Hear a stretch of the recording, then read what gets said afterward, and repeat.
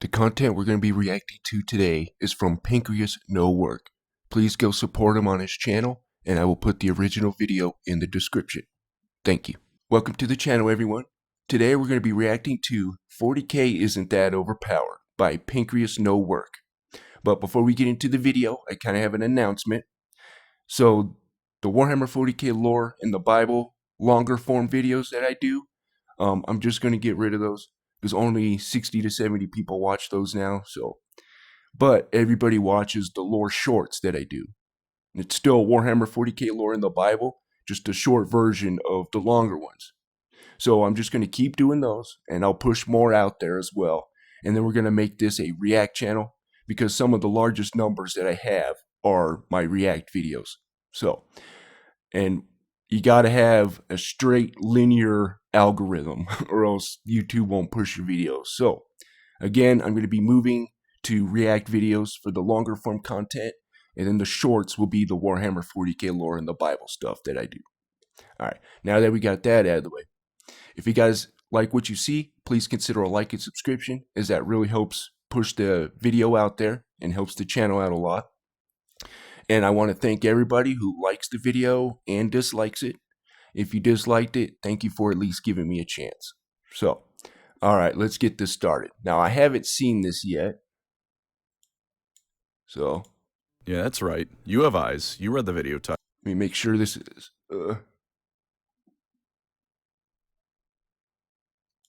Okay, there we go. Let's get right to the chase. I don't think 40k is that OP as a setting. Now, for those of you who are a bit observant and haven't already started typing some real colorful comments for me, you'll notice the great big "that" in the title. 40k is pretty OP. It's got rocket launcher grenade rifles as a standard. Amen to that. It's got organ launchers, by the Battle Sisters. Anyways. Weapon for one of its factions. The Necrons have that funny button that can accidentally start a cascade of supernovas across the galaxy, and all that dark age of technology stuff that only ever gets brought into play when someone wants to make a point about 40k being OP. The setting is nuts, but I've gazed into the abyss of what's truly considered overpowered, and there's a lot of stuff that can beat it. A pretty good amount, actually. I've thought about how to phrase it best, and I think I've finally figured it out. 40k is like Ornstein and Smo from Dark Souls. If you want to get to the real big boys of the game, you gotta get through them first. And if you want your franchise to be considered truly ball-bustingly OP, you gotta get past the kind of crap 40k has in it. Please make all sorts of jokes about how 40k is the Dark Souls of Ornstein and Smo or whatever. It's a dead meme, and 40k is nothing if not welcoming to dead memes. So here's one more video to add to the pile of them I've made comparing other settings to 40k. It is the grim dark, small and easy to end the year on, yeah? For those of you with similar views to me, here's a video about nothing of particular importance. For those of you... And you gotta love the little baby cherubs, right? And those little babies that stick right here or whatever on some of the guys. Anyways, gotta love the grim dark, right? You who make 40k your personality, I just have one question to ask. But can the Emperor beat Goku? Before I get started power scaling 40k into the dirt, however, there's something to discuss. Do you like learning? Do you hate school and how tedious and miserable it can be? Well, then have I got the thing for you, because this video is sponsored by Brilliant. Brilliant is the premier way to learn math, data science, and computer science. It's got the visuals to keep you interested. It's got the... Okay. Sure you guys don't want to watch commercials.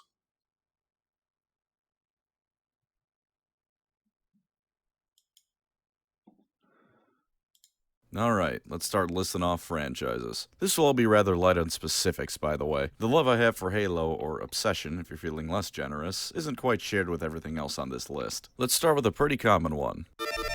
Overall, I'd say 40k wins. The tech is bigger and better, the scale is bigger, and a lot of the psychers in 40k could demolish the average Jedi or Sith. That being said, Star Wars has some stuff going for it.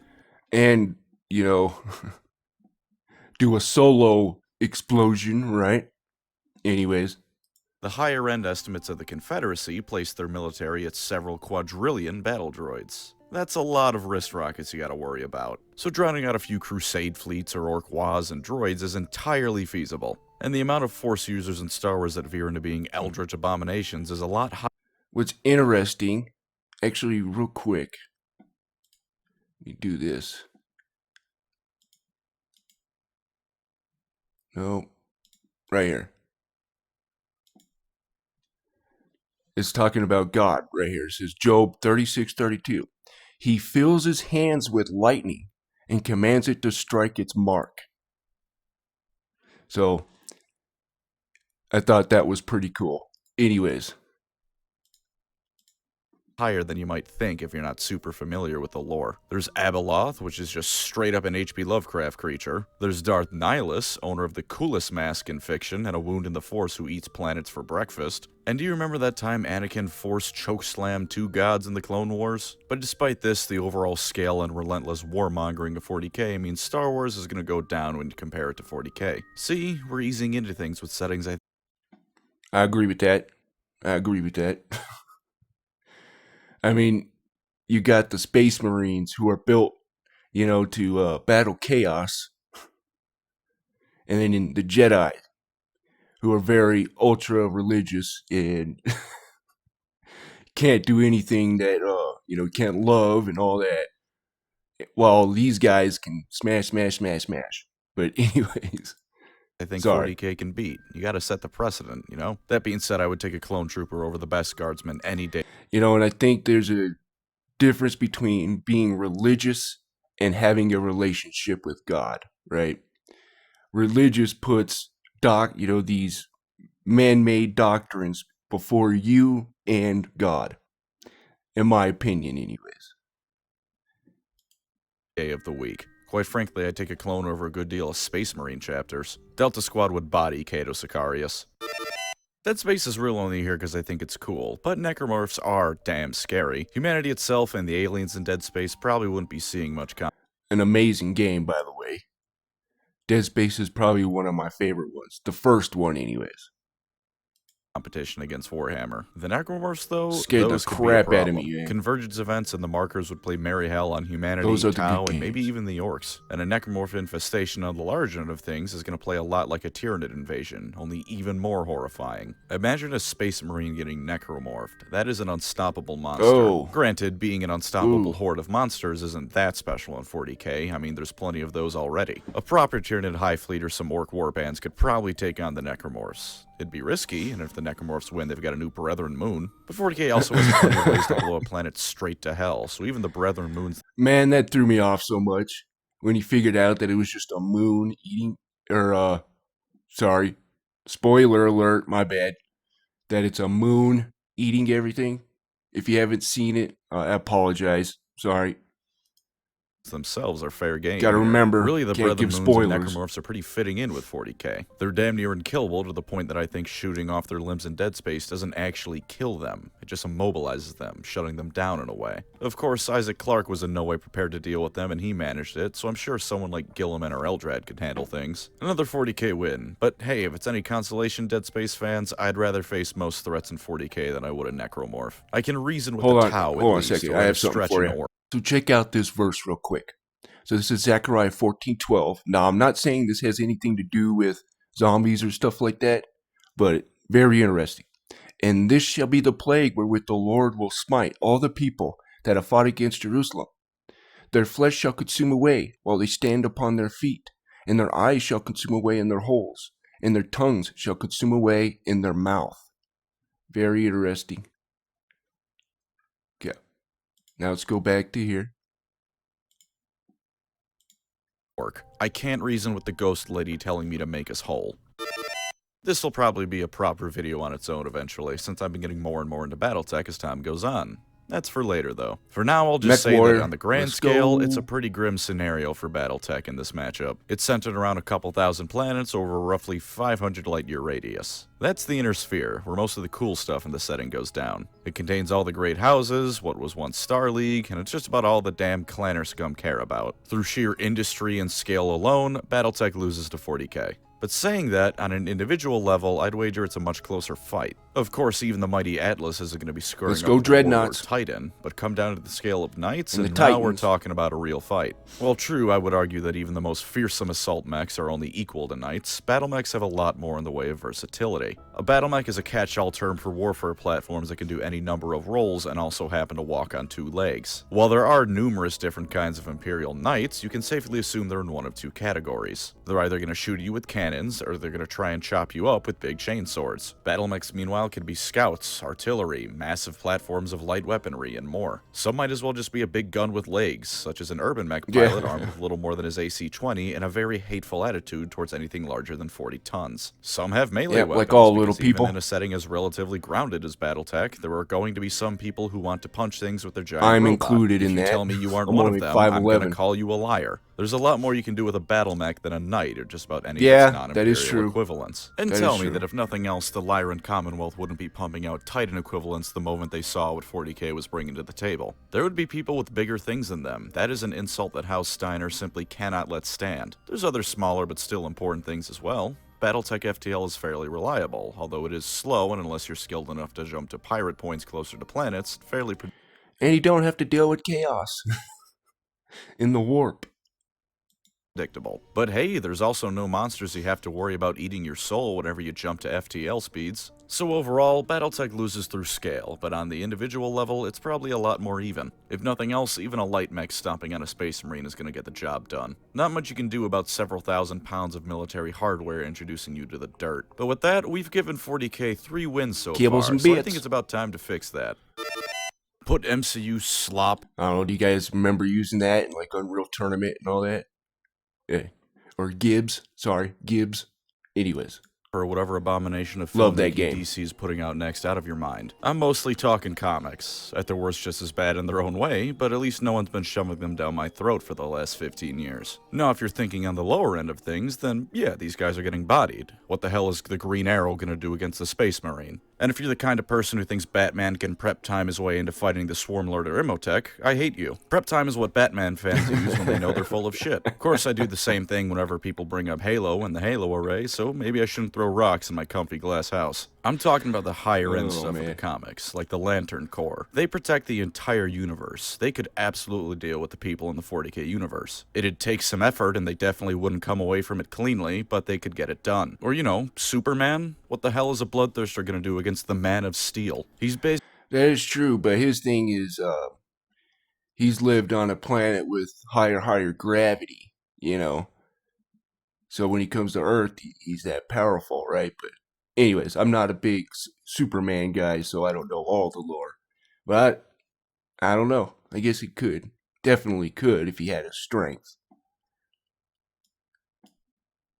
Basically incorruptible, and he's more or less a physical god. No one's touching him. Or the Flash, who's so fast to make Superman look like he's moving through syrup. And that's not even getting into the things like Galactus, who might as well be a Catan. There's all sorts of powerful beings in Marvel and DC that at the higher end of things make the 40k galaxy look pathetically weak. Sure, at the lower end of things, 40k is gonna stomp. I don't think Spider-Man can quip his way out of getting his head melted by Cairo's Fate Weaver. But that version of Superman where he sat in the sun for millions of years just absorbing more power, yeah, he's bodying anything the setting can throw at him. That's a good Catan right there. He casts Finger Snap, 40k is now half empty. God forbid there's any crossover beyond Marvel writing some Marnia's Calgary.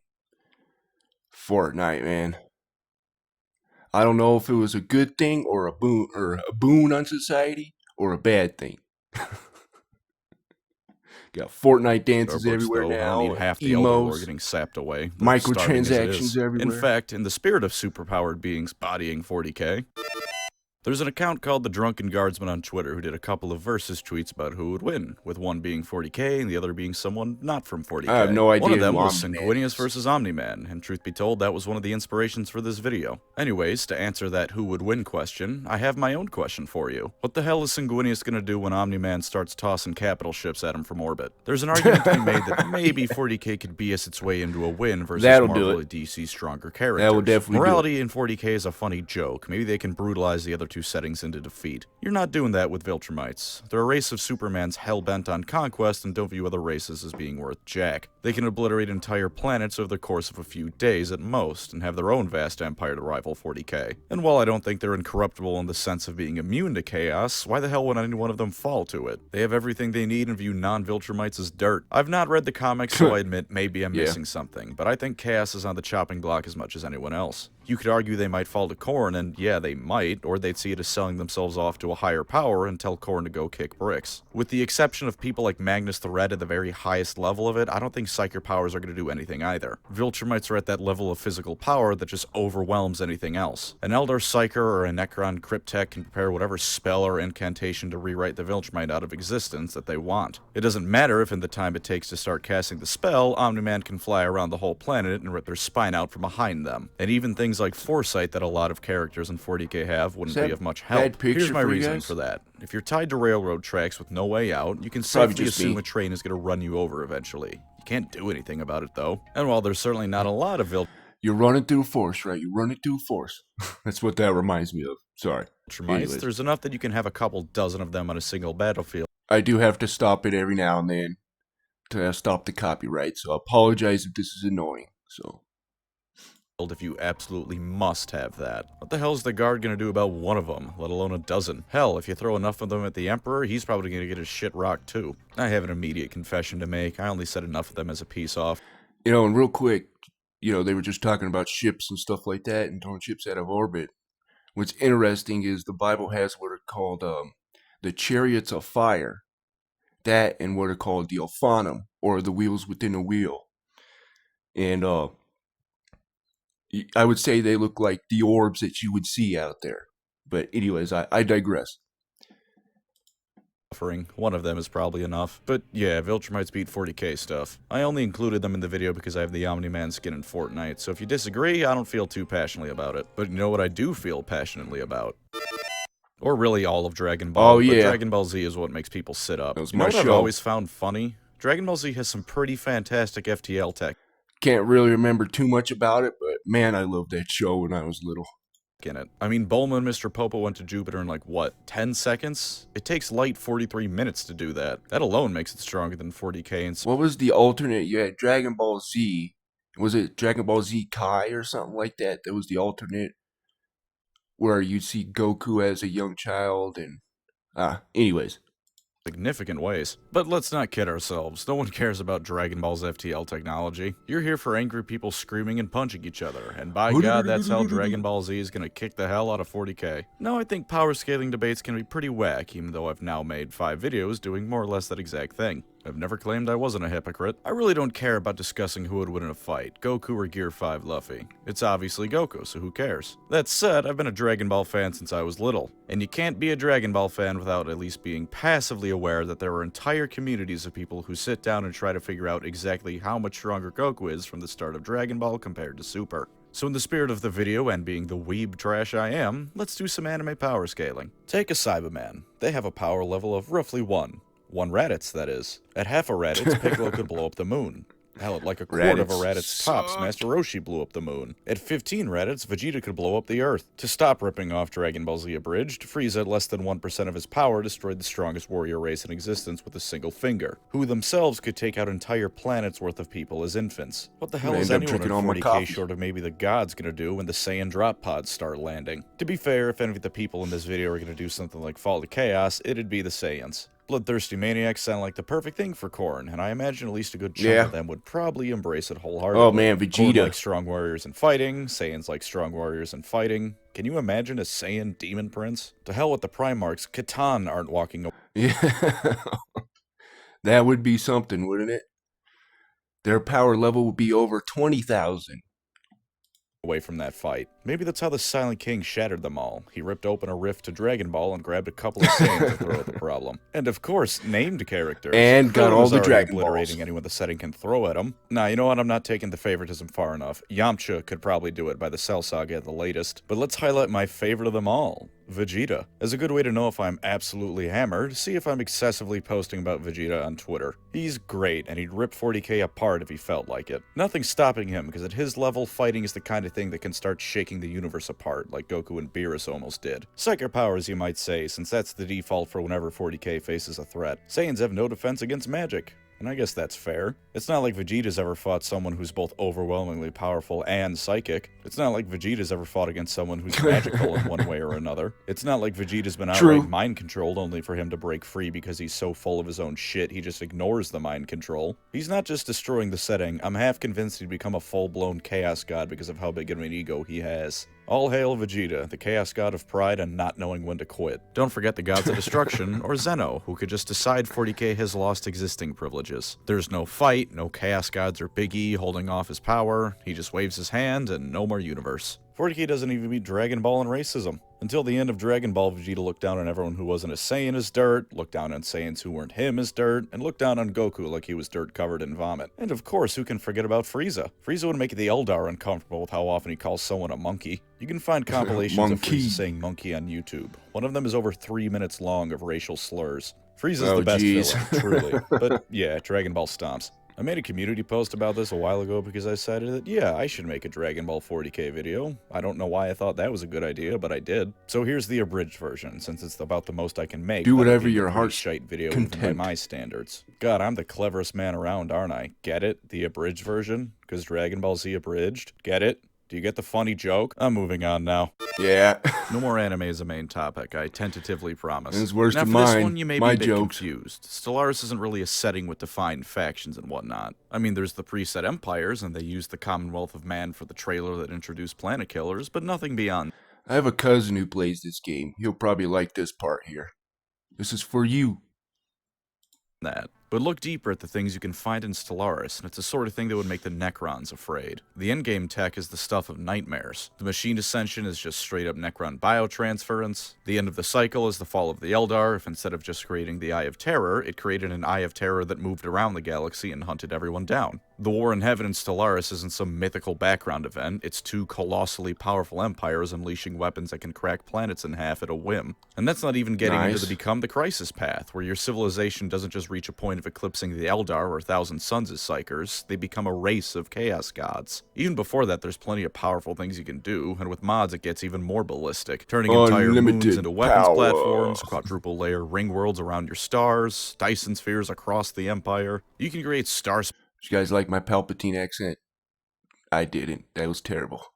Spanning nations that dwarf 40k in all ways possible. And while I'm not going to pretend that half the stuff in it isn't inspired by 40k, and by inspired I mean ripped off, it also takes it all to a new level. You know the Pretherans, aka the not Tyranids? Unlike the Tyranids, who are ever only hinted at most to be running from something, the Pretheran are running from something. Something that caused the galaxy to dim and... There's always a scourge or some kind of bug race, you know? There ain't nothing better than a deleted bug. Then fade as your scientist watched it. And to top it off, the atrocities you can commit in Stellaris even eclipse 40k. Sure, you can do the classic kill all aliens thing and recreate the Imperium of Man for the 1000th time. No judgment here, every Stellaris player has done it. The game encourages you to be a monster, not just because of the buffs, but because it means the endgame won't be running at 10 frames a second because there's just too many different empires in the galaxy. But the things people have done in that game, my god. My favorite is the guy who enslaved part of an empire, turned the citizens into food, and then set up a trade agreement with the former empire to give them food. That mad bastard turned a species beef is what's for dinner into snacks and then sold them back to their fellows. Pay attention, Black Library. Ew, you can see his boogers. Look at that. That's gross. Why am I looking at that? Writers, that's how you write a war crime. Now this is one hell of a setting. Here's the thing that inspired the video even more than the Omni-Man vs. Sanguinius tweet. For those of you who've never heard of it, the Zealey sequence of books is a science fiction series written by Stephen Baxter. I have yet to read it fully, but it's more of a setting-driven series and a character one to my knowledge. The people in it are vessels for the universe at large. It is also, to my understanding, one of, if not the most overpowered setting in all of science fiction. Let's take the Interim Coalition of Governance, or ICOG for short. The ICOG is a brutal dictatorship that makes the Imperium look cuddly and friendly. I'm not just talking xenophobia, I'm talking sending trillions of child soldiers to die against aliens because it's easier to do than building robots or something of that sort. And who can forget... Yeah, but they do send criminals into being servitors and stuff like that, but... Skinning aliens known as silver ghosts alive being considered a family-friendly activity before the concept of family was done away with in favor of more child soldiers. And they're not poorly equipped by any means. They have melta-like weapons that can kill thousands in a single second. Their equivalent of an assault rifle is a gut weapon. If you're anything like me, you might wonder what gut means. To simplify it, take the Big Bang, the event that started our universe. Now turn it into a gun. The ICOG can throw stars at you. In their war against the Zeely, they threw so much shit at the galactic core that the entire thing glowed bright pink. They changed the color of the galaxy because of how violently they were fighting. They have time travel weaponized to the point that they use it to police their empire. If you commit a treasonous act, they don't just kill you. They torture you, kill you, then go back in time and do it to your past self who doesn't even know what the hell you were going to do. Their military is in numbers far beyond the Imperial Guard that makes the old ones look like children, and they have eliminated all non-human life in at least one galaxy. So I bet you're thinking that, damn, the ICOG really is like the Imperium of Man, but even crazier. I bet they're the masters of their setting too, right? Not even. Is that even possible? Are there people crazier and different IPs than the Imperium of Man? In 40k, anyways. From the admittance of a member of it, they aren't the destined 30k, they were a little bit more level-headed. But 40k. Rulers of all reality, even with all of their tech. He outright compares mankind to vermin, spreading across the stars and multiplying in defiance of those who they know are their betters in every way possible. Let's start with the Transcendence. The Transcendence is humanity from the far, far, far future. What exactly they are is hard to define, because unlike most of the time with this sort of thing, the Transcendents are a race that is actually transcendent. They are to us what we are to ants, and trying to understand them is an exercise in futility. They wanted to. That looks like a tomb world. Is this a tomb world, or is this... Anyways, sorry. Create a utopia free of suffering for mankind. Problem is, they couldn't do that if there was any suffering, because they were every human merged into one, but also not, but also yes. If anyone in any timeline was feeling suffering, they were suffering and were weakened for it. Their way of eliminating human suffering was to fold every single timeline into one, and if they couldn't eliminate suffering through this, they would end humanity so it could be free of suffering. Let me clarify that for you, because fold every timeline into one sounds like a lot of nothing. Raise your hand for me and open and close it. There's a timeline where I told you to snap your fingers instead. There's a timeline where I said clap your hands. Those are the only events that are in any way different between those two timelines. This sentence, everything before and after it, and all the history of the world and universe at large are still the same. The Transcendents wanted to forcibly merge every single variation of that choice and every single other timeline created by different choices and events in history into one. They had the capability to do it. This right here is a bad acid trip. This is what it looks like right here. They were gods. They were, to put it lightly, transcendent. They could turn you into a mathematical equation and force you to watch the universe die of premature heat death because you, in particular, pissed them off. Of course, even describing the transcendent as pissed off is tricky because emotions as we understand them just don't fit the bill. And even they were nothing in the end, because, to repeat myself, the Zeely were to them what the Transcendence was to us what we are to ants. With one singular practical exception, the Zeely are unstoppable. Entire galactic superclusters are construction material to them. The Transcendents were tryhards stepping out of their league and were stomped back into the Stone Age along with the rest of humanity. What is that, that PlayStation game, Katamari? Where you would just roll around and get a bunch of stuff into a big ball? Something Katamari or something like that? Anyways, sorry.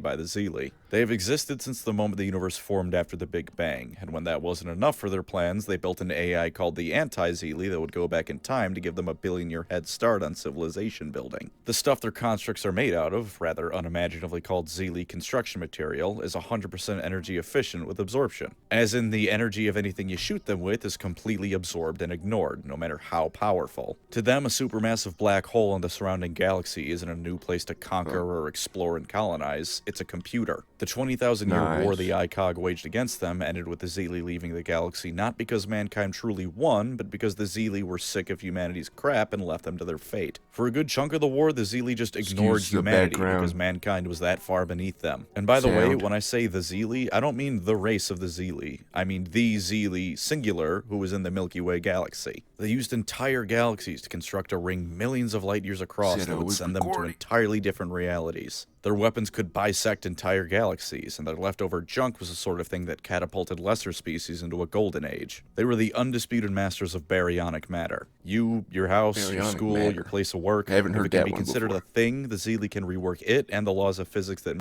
What is baryonic matter? Let me know in the comments. ...make it possible to suit their needs. And in what you might consider a bit of a twist, they were ultimately benevolent. Their ring wasn't a weapon, it was an escape route, because the only thing capable of beating the Masters of Matter were the Masters of Dark Matter, the Photino birds. All you need to know about them is that the Zeal were fighting a war against them and losing badly. The birds were introducing premature heat death into the entire universe for the sole reason of making reality more comfortable to them. The Zeal time-traveled back to the beginning of existence itself to get themselves a head start, because otherwise they couldn't save anyone from a universe that would die billions of years early. And it's at least partially implied that the birds weren't even aware they were fighting a war against the Zeal. The setting isn't going to win against 40k. The setting isn't going to realize it and 40k are in a war. You know what the kicker is? This setting, with all of its tech that could rewrite 40k out of existence? With time-traveling AI, rewriting of the laws of physics, and objects that can take the force of the Big Bang and not even notice? It's hard sci-fi. The biggest scientific inaccuracies within the Zeal sequence aren't because that's... Basically, just make sure the Emperor doesn't get born. That or the Eldari. And stop the old ones. You know, in the War of Heaven. Not how reality works, they're because our understanding of science has advanced since the books were written. Their time travel works because of general relativity and how approaching light speed warps time and space around you. Changing universal constants like the Silver Ghost do, I like how my mind changed like 5 different times in the setting, would result in AI with infinite computation power that can give you the answer to your question before you ask it. In theory, almost everything in these books is or was considered fully possible to one degree or another. Have fun with that thought. A few other things popped in my head that I couldn't think of enough words to make entire segments out of, but wanted to mention them regardless. For starters, I lied about there being no more anime because Gurren Lagann is up first. Explain to me how 40k is going to fight this thing off. You can't grimdark only war your way into beating it. Simone has decided he is manlier than you are, so you lost. I don't make the rules, it just happens. Doom also wins pretty handily, I'd wager. I don't mean the demons or makers, I mean the Doomslayer. That's all that's needed. If you drop the Doomslayer into the Great Rift, within weeks there is no more Great Rift, and everyone else would be too terrified of the guy to do anything about him. Except Malum Cato, maybe. They'd probably be good friends. And individual beings from Age of Sigmar could probably do pretty well in 40k. This is another one of those things that... I actually did a little thing in the vein of Red vs. Blue with that game. If you guys want to check it out, it's in my playlist. The first, I would say, 8 aren't the best, but 9, 10, and 11 were probably the best ones and the funniest. I haven't been able to do that again. The person that I was doing it with had a child, so he doesn't have time to do it anymore, but it may come back in the future. It would probably it's called Rise of Space Marine. But in brief, the gods and the mortal realms would do just fine if nothing else. And it's in a playlist. Would very promptly become ascendant in a way like never before because there was a whole lot of death going around. Tyrion and Teclis could revitalize the Eldar if for no other reason than the elves in the fantasy side of Warhammer are infinitely more competent than their 40k cousins. And if you drop the great... Reminds me of like a samurai helmet. Horned Rat into 40k, he probably wouldn't even realize he's in the wrong setting. He just set about making Hive Worlds somehow even worse to live on than they already are. Oh, and Gotrek. Gotrek would murder anything that tries to get in his way still. Doesn't matter what. He's looking for Felix, and by God, if he has to slaughter demon Primarchs to find him, then that's just what he's gonna do. And really, I think that sums about everything up. I mean, I can keep going with settings, sure, but I wanted a nice variety for the video of can't beat 40k and can beat 40k, and I think I got that. So you may ask, good job, what's the point of this? Well, there's actually 2 takeaways here. If I put all of this under a guise of matching settings up against Warhammer, I get to talk about things I like without it syncing my channel's analytics. You've all been fooled by my master scheme, get own-zoned. But also, who really cares how OP a setting is? Does it really matter if some schmuck from another setting can beat the Emperor? Enjoy the setting for the wild and wacky stuff you can find in it you can't quite find anywhere else. I just think it's cool to imagine things like Night Houses going against Assault Lances while the Primarchs and Captain America duke it out in the foreground. It's silly, it's got the same... There's a channel that I used to do a podcast with. His name is Six Paths Kaioken. He does stuff like that with Warhammer 40k, and I don't know if he still does the excerpts, but I know he does like the videos that are who's more powerful in the Warhammer 40k and different animes that he likes. So if you want to check that out, it's Six Paths Kaioken TV. Six Paths Kaioken TV. Sorry. Energy is smashing 2 different action figures together as a kid, and in my mind that's the ideal way to view 40k. Not as the narrative version of a dick measuring contest. Thank you as always to my wonderful channel members. You are the overpowered piece of technology to my Warhammer fan, letting me shout into the internet about nothing of particular importance. If you'd like to support the channel, feel free to subscribe or become a member. Either way, thank you for watching, have a Merry Christmas, you are welcome. And take care out there. Alright guys, so we're going to end it there. Again, thank you for all who liked the video, and if you dislike it, thank you for at least giving me a chance. And I don't mean that tongue-in-cheek either. And I just want to thank everybody who's been here since day one and supports my endeavors. And again, just thank you. You guys have a wonderful day.